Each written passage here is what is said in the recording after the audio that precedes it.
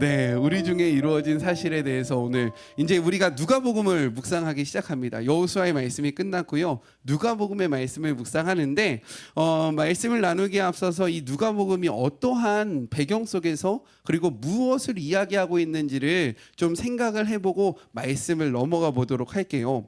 누가는요, 예수님의 12제자였을까요? 아니었을까요? 예수님의 12제자. 마태, 마가, 누가, 요한, 이렇게 사고문서에 누가가 있는데 잘 생각해 보세요. 예수님이 12제자였을까요? 아니었을까요? 그러면 누가는 예수님과 함께 생활을 했었을까요? 안 했을까요? 확신하십니까? 누가복음 사중복음에 사중 마태복음 누가 흔히 우리가 누가복음 그러니까 그 복음서라고 이야기하면 뭐죠? 복음서 처음에 마태복음, 마가복음, 누가복음, 요한복음까지. 그러면서 조금 더 한 단계 이렇게 올라가 볼까요? 이 중에서 공간복음이라고 불리는 게 있습니다. 공간복음은 뭘까요? 왜냐하면 그런 거예요. 사실 성경에 있다 보면 그런 생각해 보신 적 없으세요? 왜 이렇게 똑같은 얘기를 반복해? 이거 마가복음에도 나오고 마태복음에도 나오고 누가복음에도 나오고 요한복음에도 나오고 왜 그렇게 똑같은 얘기를 반복하는 거야? 라는 생각이 들 때가 있죠. 왜 그러냐면 각 복음서마다 그 대상과 목적이 다르기 때문인 겁니다. 그래서 오늘은 우리가 누가복음에 대해서 이제부터 계속 묵상할 텐데, 누가복음은요, 예수님의 직접적인 제자는 아니었어요. 예수님과 함께 생활했던 그러한 사람은 아니었습니다. 그 예수님에 대해서 이야기를 전해 들었던 자였어요. 그런데 중요한 것은 무엇이냐면 그 목격자들의 얘기를 토대로 복음서를 쓰기 시작하는데, 자, 성경에서 가장 많은 성경의 저술한 저자는 누구일까요? 네, 우리 나중에 한번 성경 퀴즈 한번 해야 되겠어요. 2부 순서로 성경 퀴즈 해갖고 우리 상품 한번 줘야 되겠습니다. 누가 제일 많이 저술했을까요? 맞아요, 바울이에요. 이제 안 넘어오시네요. 바울이에요. 근데 양으로 치면 이 누가의 양이 제일 많습니다. 성경의 4분의 1에 해당하는 분량을 저술한 사람이 바로 이 누가예요. 자, 왜냐하면 누가복음은 누가와 사도행전을 기록했는데, 누가복음은 약 몇 단어로 이루어졌을까요? 이거 맞히시면 제가 커피 쏩니다. 왜냐하면 제가 이렇게 커피를 쏜다고 얘기하는 건 못 맞힐 것을 확신했기 때문인 거예요. 19,400단어로 이루어져 있습니다. 누가복음이. 그리고 사도행전은 18,400단어로 이루어졌어요. 그래서 이 두 권의 책은 총 몇 절로 이루어졌냐면 몇 절일까요? 아까 전엔 단어를 이야기했고 지금은 절을 물어본 거예요. 헷갈리시죠? 2157절로 이루어져 있습니다. 이것은 성경의 신약의 4분의 1에 해당하는 아주 많은 내용이에요. 자, 그런데 바울이 기록했던 그 성경들의 총 절수를 합하면 몇 절이냐면 2032절입니다. 자, 누가가 지은 절이 몇 절이라고요?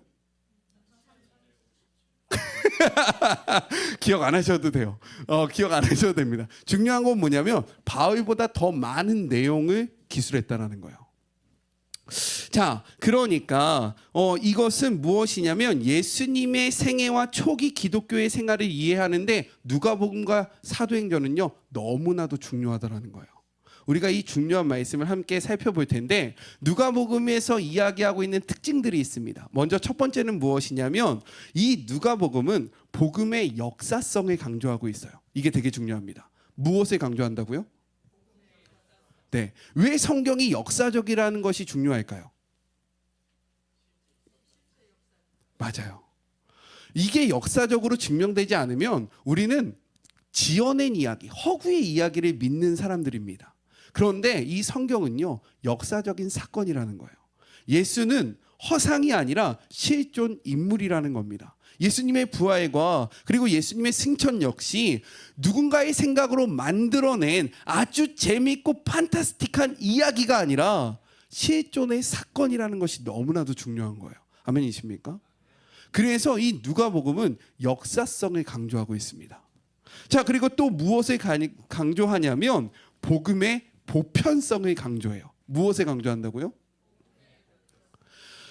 예전에 구약을 보면 마치 이 구약의 하나님이 누구의 하나님인 것처럼 느껴집니까? 네, 이스라엘의 하나님인 것 같잖아요. 근데 우리는 이스라엘 사람들입니까? 아니죠. 그러니까 구약만 보면 우리가 성경을 믿을 필요가 있을까요? 없을까요? 없는 거예요. 그래서 유대인들이 갖고 있었던 사상이 뭐냐면 선민 사상인 겁니다. 우리만 뛰어나다, 우리만 대단하다, 우리만 선택받았다. 그런데 이 누가복음은 아니야. 복음은 보편적으로 우리에게 주어진 말씀이야 라는 것을 강조하기 시작하는 거예요. 그러니까 이 성경 말씀은 누가 믿어야 하는 겁니까? 우리가 믿어야 하는 말씀이다 라고 이야기하고 있는 거예요.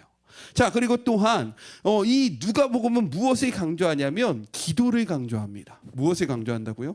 기도. 그래서 누가복음의 사건을 잘 보시면 중요한 순간마다 믿음의 사람들이 무엇을 하는 모습이 기록되어 있냐면 뭘까요? 그렇죠. 기도하는 모습들이 기록되어 있어요. 어떠한 중요한 사건 앞에 항상 무엇을 합니까? 기도해요. 그래서 우리도 중요한 사건 앞에 항상 무엇 하셔야 할까요? 기도하셔야 돼요. 믿으십니까? 기도하시기를 주의 이름으로 축복합니다. 자, 그리고 또 무엇이냐면 이 누가복음은 사실 사도행전도 누가 지었다고요? 근데 사도행전에 별칭이 있습니다. 별명. 뭘까요? 맞아요. 성령행전. 근데 이걸 누가 졌다고요? 누가가. 그러면 누가복음에서도 뭘 강조할까요? 지금 여태까지 잘 왔잖아요. 여태까지 잘 왔는데 왜 마지막에서 다르게 가시는 거예요? 자, 다시 한번. 이게 이렇게 하면 잘 안 잊어버려서 그런 거예요. 사도행전이 별명이 있다고요. 뭐라고요? 맞아요. 성령님의 역사가 가득 기록되어 있습니다. 근데 이걸 누가 지었다고요? 누가. 근데 누가가 지은 또 다른 성경책이 뭐라고요?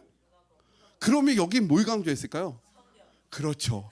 그래서 누가복음의 특징이 성령이 강조되어 있는 겁니다. 네, 이해되셨죠? 네, 근데 지금 제가 4가지 얘기했는데 첫 번째 뭐라고요? 할렐루야. 두 번째. 와, 세 번째. 네 번째. 그리고 마지막 5번째가 있습니다. 5번째가 무엇이냐면 약자를 배려하는, 약자를 위한 성경이 바로 무엇이냐? 누가복음이에요. 누가복음을 보면 약자를 향한 하나님의 메시지가 많이 써져 있습니다. 약자들을 어떻게 대해야 하는지, 약자들과 어떻게 더불어 살아가야 하는지를 기록하고 있는 것이 바로 무엇이다? 누가복음이다. 그래서 5가지 다시 한번. 첫 번째 뭐요? 할렐루야. 두 번째. 세 번째. 네 번째. 5번째. 괜찮아요. 다음 주에 물어보면 어차피 기억 못 하실 거니까. 오늘의 근데 이렇게 한 번씩 짚고 가는 것이 너무나도 중요합니다. 이를 통해서 우리가 3가지를 좀 살펴보려고 해요. 제가 오늘 오전 예배 때 조전을 많이 받았어요. 짧게 하셔가지고 제가 요약만 명확하게 해서 한번 해볼게요.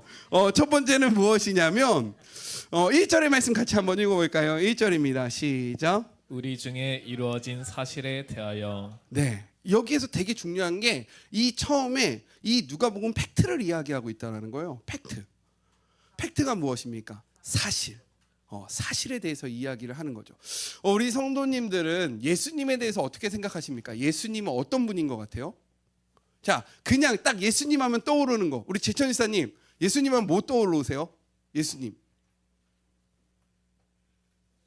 십자가. 또 예수님 하면 성품 중에 어떤 성품 또 떠오르십니까? 사랑. 맞아요. 사랑. 또 예수님 하면 어떤 이미지가 많이 떠오르십니까? 희생, 온유. 또요. 약자편. 또요. 네? 부활. 맞아요. 근데 생각보다 예수님은 굉장히 와이드하셨습니다. 예수님이 욕을 잘하셨을까요? 못하셨을까요? 예수님 욕쟁이셨어요. 왜냐하면 지금 우리나라에서 이 사랑받지 않은 사람들을 뭐라고 부릅니까? 사랑받지 않은 사람한테 우리가 흔히 쓰는 은어 있잖아요. 뭐라 그래? 맞아요. 이 도그 이 멍멍이 자식아라고 이야기하잖아요. 왜냐하면 이 우리나라에 개가 많았어요. 개가 많아서 야 너는 인간 같지도 않아서 개 같은 놈이야라고 이야기를 하는 겁니다. 근데 성경에 보면 예수님이 굉장히 많이 하신 말씀이 있어요. 뭐게요? 맞아요. 독사의 자식들. 이 말이 뭐냐면 이 개새끼들아라고 하는 거랑 똑같은 거예요. 왜 그러냐면 그 광야 지역에는 독사가 많았어요. 그렇기 때문에 이 독사의 자식들아라고 얘기하는 것은 오늘날로 이야기하면 이 개새끼들아라고 얘기하는 것과 똑같습니다. 예수님 온유하셨을까요? 우리는 예수님 굉장히 온유하셨을 것 같이 생각되잖아요. 약자들 다 끌어안았을 것 같은 생각이 되잖아요. 근데 성경의 기록 보세요. 여인의 어머니가 막 와서 울부짖습니다. 제발 좀 구원해 주세요 라고 했을 때 예수님이 뭐라 그러셨는지 아세요? 맞아요. 이게 정확히는 뭐지만 내용은 알고 있어 다들. 뭐예요? 자녀의 떡을 개들에게 던짐이 마땅치 않다라고 얘기해요. 이 말이 뭐예요? 넌 개새끼야. 그리고 너는 이 은혜를 받을 만한 존재가 아니야. 꺼져 라고 얘기하는 겁니다. 이거를 쉽게 이야기하면 이런 거죠. 우리 성도님들이 저한테 오신 거예요. 목사님, 저 진짜 너무 슬퍼요. 우리 가족에 너무 어려움이 있어요. 목사님 기도 좀 해주세요라고 했어요. 제가 왜요?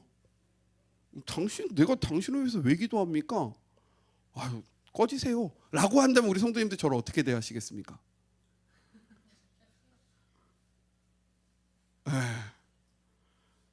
그리고 예수님이 굉장히 또 와일드하신 게 예수님 성전에 들어가서 뭐 하셨어요?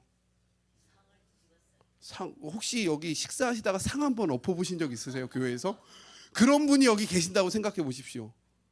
제가 오늘 딱 예배 끝나고 내려가자마자 성도님들 식사하고 계시는데 상이 갑자기 엎고 막 제 허리띠 풀러가지고 막 틱틱질하면서 막 이 개새끼들아 막 하면 저를 선지자로 여기시겠습니까? 저를 목사라고 보시겠어요?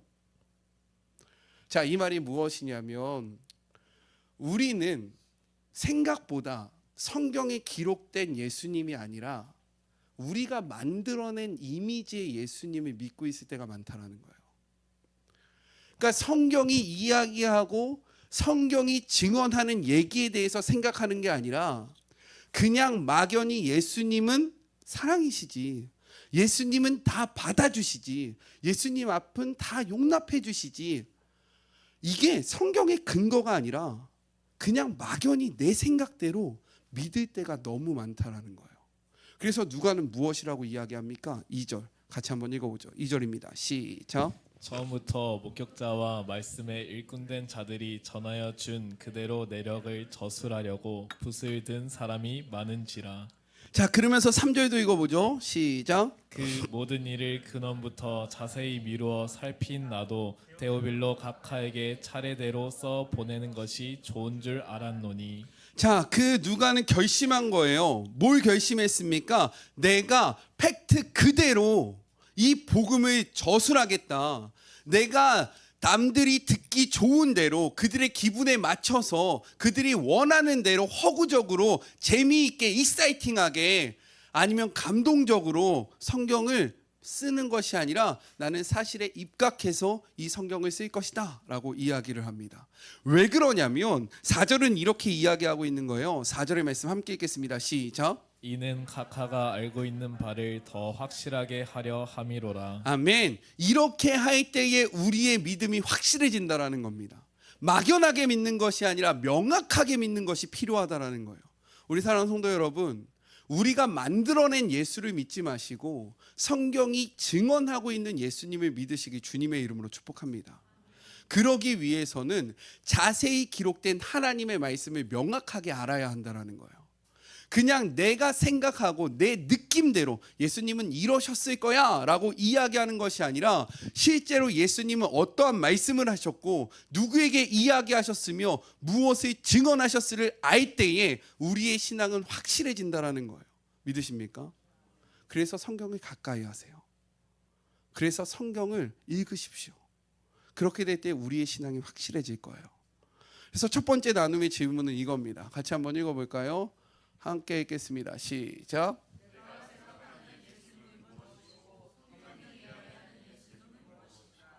네, 내 생각과 진짜 성경이 이야기하는 갭이 얼마나 큰지 한번 생각해 보셨으면 좋겠어요. 둘째는 무엇이냐면 이제 사가랴의 부부가 나옵니다. 사가랴 부부가 나오는데 이 사가랴 부부에는 문제가 있었다라는 거예요. 어떤 문제가 있었을까요? 맞아요. 자식이 없는 문제가 있었어요. 그런데 자식만 없었던 게 아니라 또 하나의 문제가 있었습니다. 뭐라고 이야기합니까? 맞아요. 이건 무엇이에요? 소망이 없는 거예요. 문제가 있는데 이 문제를 해결할 수 있는 소망이 없는 겁니다. 그러니까 근데 이 사가랴와 그리고 엘리사벳이 혈통적으로 보면 다 누굽니까? 맞아요. 제사장 가문이에요. 제사장 가문. 그러니까 이들이 문제가 있으니까 뭘 하기 시작했을까요? 간절히 기도했다라고 이야기를 합니다. 어떻게 기도했다고요? 간절히 기도했어요. 13절 이렇게 이야기해요. 같이 한번 읽어볼게요. 시작. 천사가 그에게 이르되 사가랴여 무서워하지 말라 너의 간구함이 들린지라 내 아내 엘리사벳이 내게 아들을 낳아 주리니 그 이름을 요한이라 하라. 아멘. 어떻게 너의 뭐가 들렸대요? 간구함이. 간구가 무엇입니까? 간절히 구함을 의미하는 거예요. 간구는요 그냥 대충 부르짖는 것이 아닙니다. 간구는요 그냥 지나가면서 읊조리는 것이 아니에요. 목숨을 건 기도를 간구라고 이야기를 하는 겁니다. 그렇지 않겠어요? 나이가 많아요. 아이가 없습니다. 그러니까 이가 간절히 기도할 수밖에 없었지 않겠습니까? 우리 사랑하는 성도 여러분, 하나님 앞에 간절히 기도해 보세요. 하나님 앞에 간절히 기도해 보시길 주의 이름으로 축복합니다. 우리가 할 수 있으면 기도할 필요가 있을까요? 없을까요? 네, 우리가 하면 됩니다. 제가 할 수 있으면 제가 하면 돼요. 근데 우리가 하나님 앞에 기도하는 건 왜 기도하는 겁니까? 우리가 할 수 없으니까 기도하는 거예요. 그러면 우리 사랑하는 성도님들, 우리의 삶 속에 찾아오는 문제들 중에서 우리가 해결할 수 있는 일이 많습니까? 해결할 수 없는 일들이 많습니까? 네, 그럼 무엇 하셔야 됩니까? 기도하셔야 돼요. 그런데 성경 분명히 이야기합니다. 기도할 때에 우리의 기도를 들어주시겠다라고 말씀하세요. 이것이 성경의 약속입니다. 믿으십니까?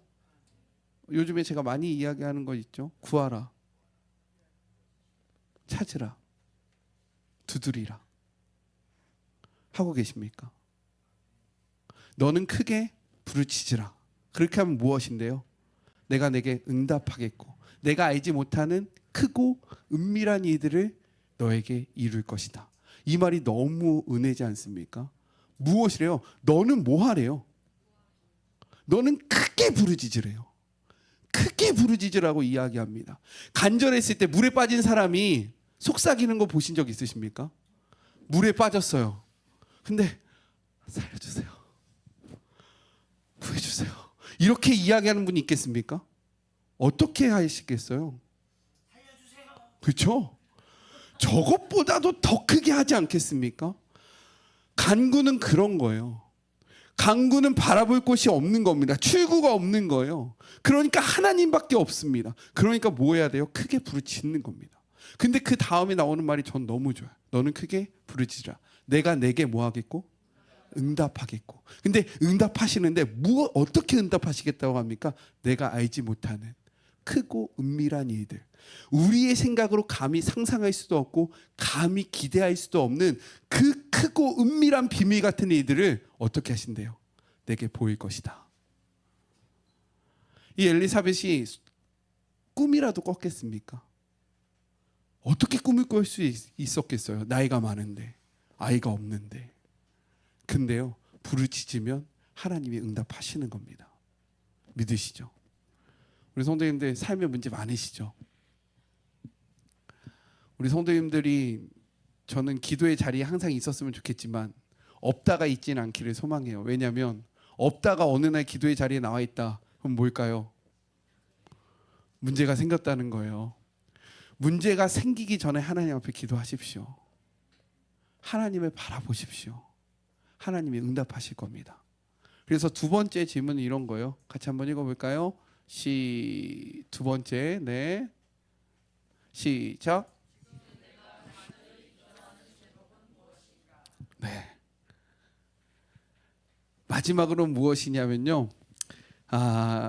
굉장히 재밌습니다. 저는 참 이게 너무 재밌어요. 스가랴의 이름의 뜻이 여호와께서 기억하시다라는 의미거든요. 스가랴의 이름의 뜻이 뭐라고요? 하나님께 간절히 기도해서 이제 누가 나옵니까? 하나님의 천사 가브리엘이 와요. 가브리엘이 와서 사가랴에게 이야기합니다. 너가 뭐 할 것이다? 이 아들을 낳을 것이다 라고 이야기를 해요. 자, 간절히 기도했습니까? 안 했습니까? 했죠. 그래서 하나님이 천사를 보내서 무엇을 주셨습니까? 응답을 주신 거예요. 그토록 바라던 자녀를 주시겠다라는 확신을 주신 겁니다. 근데 그때 사가랴가 어떻게 반응합니까? 어떻게 반응해요? 네. 뭐라고 이야기합니까? 그의 어딩을 같이 한번 보죠. 18절의 말씀 같이 한번 읽어볼까요? 시작. 사가랴가 천사에게 이르되 내가 이것을 어떻게 알리요? 내가 늙고 아내다 나이가 많으니이다. 저는 이 사가랴의 모습이 우리의 모습이라고 생각되어져요. 우리가 하나님 앞에 간절히 기도합니다. 하나님, 이 문제 진짜 해결해 주세요. 막 눈물 뿌려 기도합니다. 막 부르짖어요. 간구해요. 그리고 나서 하나님이 그렇게 하시겠다라고 했을 때 우리의 반응은 뭔지 아십니까? 하나님 무슨 말이에요? 저랑 저의 아내는 이미 나이가 많다니까요. 안 돼요. 안 돼요. 우리 성도님들 이렇게 기도하고 계시진 않습니까? 간절히 부르짖어요. 근데 얘기하는 거예요. 아휴, 목사님, 저희 부모님은 주님 오셔도 안 변해요. 제 배우자는요, 성령님 강림하셔도 그 사람은 안 바뀌어요. 제 자녀는요, 안 됩니다. 그러면서 뭐예요? 교회 와서 하나님 우리 남편 바꿔주시고, 하나님 우리 아내 바꿔주시고, 우리 자녀들 보호해주시고, 그리고 하나님이 바꿔주시겠다고 얘기하면 뭐라고 얘기합니까? 하나님 안 돼요. 그거 안 되는 거예요. 라고 얘기하는 게 누구의 모습이라고요? 사가랴의 모습이라고요. 왜 그러십니까? 근데 이 사가랴의 모습이 우리의 모습일 때가 너무나도 많다라는 거예요. 기도하셨으면 믿으시기 주님의 이름으로 축복합니다. 옛말에 이런 말이 있어요. 이게 팩트인지 아닌지는 확인해 봐야 되겠지만 부흥회 강사님들이 설교할 때 많이 쓰는 예화가 있습니다. 농촌에서 농촌 교회인데 비가 안 와서 40일 작정 기도를 했대요.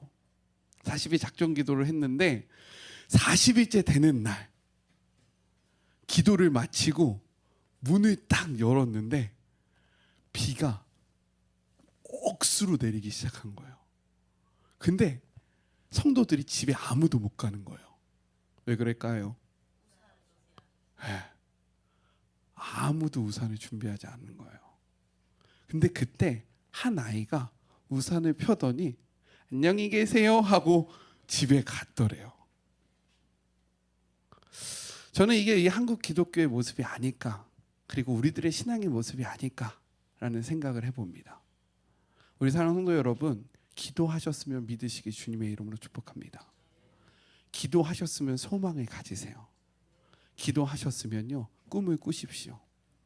오늘 우리 지하에 의자가 없어서 위에 있는 의자를 가지고 내려가서 밥을 먹었어요. 가슴이 너무 뛰더라고요. 가슴이 너무 뛰었습니다. 제가 처음 왔을 때는 감히 상상도 못했던 일인데 제가 하나님 앞에 기도했던 모습이에요. 하나님, 본당이 가득 차게 하시고 지하가 가득 차게 하시면 하나님이 역사하실 것을 저는 믿습니다. 근데 그날이 와서 의자를 샀어요. 10개를 더 샀거든요. 또 살 거예요. 믿으십니까? 우리가 하나님 앞에 꿈을 꾸면요, 우리는 실행해야 합니다. 준비해야 하는 거예요. 하나님 앞에 기도하면서 하나님이 늘려주실 거야 하면서 아무것도 하지 않으면 아무런 일도 일어나지 않습니다. 하나님의 일하심을 믿으십시오. 하나님의 일하심을 바라보세요. 그리고 그것대로 살아가십시오. 그렇게 돼서 하나님의 역사를 경험하는 우리가 되기를 주의 이름으로 축복합니다. 사가랴는 못 믿었거든요. 근데 엘리사벳은 믿습니다. 근데 엘리사벳이 어떻게 하는지 아십니까? 성경은 이렇게 이야기하고 있어요. 같이 한번 읽어볼까요? 자, 24절의 말씀 한번 보겠습니다. 24절입니다. 시작. 이후에 그의 아내 엘리사벳이 잉태하고 5달 동안 숨어 있으며 이르되. 자, 그 당시에 임신을 지금 계속 못해. 이거는 그 사람만 기도했을까요? 아니죠. 그 공동체가 함께 이들의 임신을 위해서 기도하지 않았겠습니까? 우리 교회도요, 임신을 위해서 기도하는 가정들이 있어요. 그렇죠? 부담 가지라고 얘기하는 것이 아니라 저는 그냥 믿음으로 선포하는 거예요. 기도하면 이루어질 줄 믿습니다. 정말이에요. 그러니까 노력하세요. 할 수 있는 노력들을 다 하십시오. 기도만 하고 저는 그러거든요. 아브라함에게 천사가 찾아와서 사라가 임신했다라고 했을 때 그가 웃잖아요. 비웃잖아요. 근데 그러고 나서 아무 일도 안 했으면 사라가 임신했을까요? 안 했겠죠. 사라와 아브라함은 그 늙은 나이에도 그 말씀을 믿고 자신들이 해야 될 일들을 한 겁니다. 성령으로 잉태한 거 아니잖아요. 그렇죠? 저는 믿어요. 정말로. 그리고 기도합니다. 그리고 우리 성도님들, 근데 부담은 주지 마세요. 물어보지 마십시오. 자꾸만 막 이렇게 하지 마세요. 얼마나 제가 그런 거 많이 경험해 봐서 알거든요. 저희 가정이 애가 계속 없었잖아요. 근데 제일 싫었던 게 성도님들이 와서 물어보는 게 제일 싫었어요. 왜냐하면 할 얘기가 없는데 자꾸 물어보는 거예요. 뭐 언제 생길 거. 그걸 알면 제가 있겠습니까? 그냥 기도만 해주세요. 아멘이십니까? 위로가 된다고 묻지 마세요. 위로 안 됩니다. 그냥 모른 척 해주고 기도해 주는 게 제일 좋더라고요. 저는. 그러니까 그냥 기도만 해주십시오. 잠깐 격가지로 넘어갔는데 이게 왜 이야기를 했냐면 엘리사벳과 사가랴의 문제는 이들만의 문제가 아니라 공동체의 문제였다라는 거예요. 그러니까 공동체가 그들을 위해서 기도해 줬을 거 아닙니까? 근데 임신을 했잖아요. 근데 이 엘리사벳이 했던 취했던 모습이 뭐냐면 나가서 선포한 것이 아니라 숨겼다라고 이야기합니다. 왜 그랬을까요? 이게 중요해요. 너무 기쁘잖아요. 그러면 동네방네 떠들어야 되지 않겠습니까? 근데 이가 숨겨요. 가만히 있습니다. 이게 뭐냐면 하나님 앞에 계속 물으면서 기도하는 시간을 가졌다는 거예요. 하나님의 뜻이 선포되기 전까지 그가 경고망고하지 않았다라는 것을 뜻하고 있는 겁니다. 그런데 우리는 너무 떠벌려요. 너무 이렇게 합니다. 하나님이 일하실 때까지 하나님 앞에서 독대하는 시간을 충분히 가지시길 주의 이름으로 축복해요. 그래서 우리의 입술이 너무나 중요한 겁니다. 주님 앞에서 기도하세요. 주님 앞에서 싸우십시오. 주님 앞에 나와서요, 하나님과 독대하세요. 하나님이 일하실 것입니다. 아멘이시죠? 그래서 세 번째 질문은 이것이에요. 같이 한번 읽어볼까요? 시작.